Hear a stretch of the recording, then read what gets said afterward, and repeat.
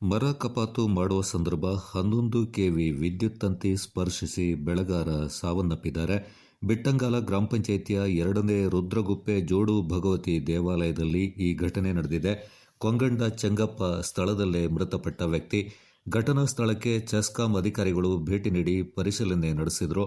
ವಿರಾಜಪೇಟೆ ಗ್ರಾಮಾಂತರ ಪೊಲೀಸ್ ಅಧಿಕಾರಿ ಶ್ರೀಲತಾ ಅವರು ಘಟನೆ ನಡೆದ ಸ್ಥಳದಲ್ಲಿ ಮಹಜರು ನಡೆಸಿ ಮೃತದೇಹವನ್ನು ಶವ ಪರೀಕ್ಷೆಗಾಗಿ ವಿರಾಜಪೇಟೆ ಸರ್ಕಾರಿ ಆಸ್ಪತ್ರೆಯ ಶವಾಗಾರಕ್ಕೆ ತರಲಾಗಿದೆ.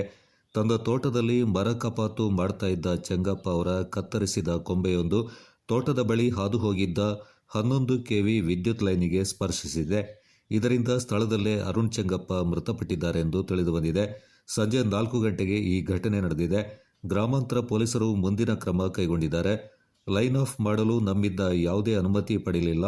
ಒಂದು ವೇಳೆ ಅನುಮತಿ ಪಡ್ಕೊಂಡಿದ್ರೆ ನಾವು ಲೈನ್ ಆಫ್ ಮಾಡಿಸ್ತಾ ಇದ್ದೇವೆ ಎಂದು ಚೆಸ್ಕಾಂ ಅಧಿಕಾರಿ ಸೋಮೇಶ್ ಅವರು ಮಾಹಿತಿಯನ್ನು ನೀಡಿದ್ದಾರೆ. ಘಟನೆ ನಡೆಯಬಾರದಿತ್ತು, ನಡೆದು ಹೋಗಿದೆ ಎಂದು ವಿಷಾದ ವ್ಯಕ್ತಪಡಿಸಿದರು.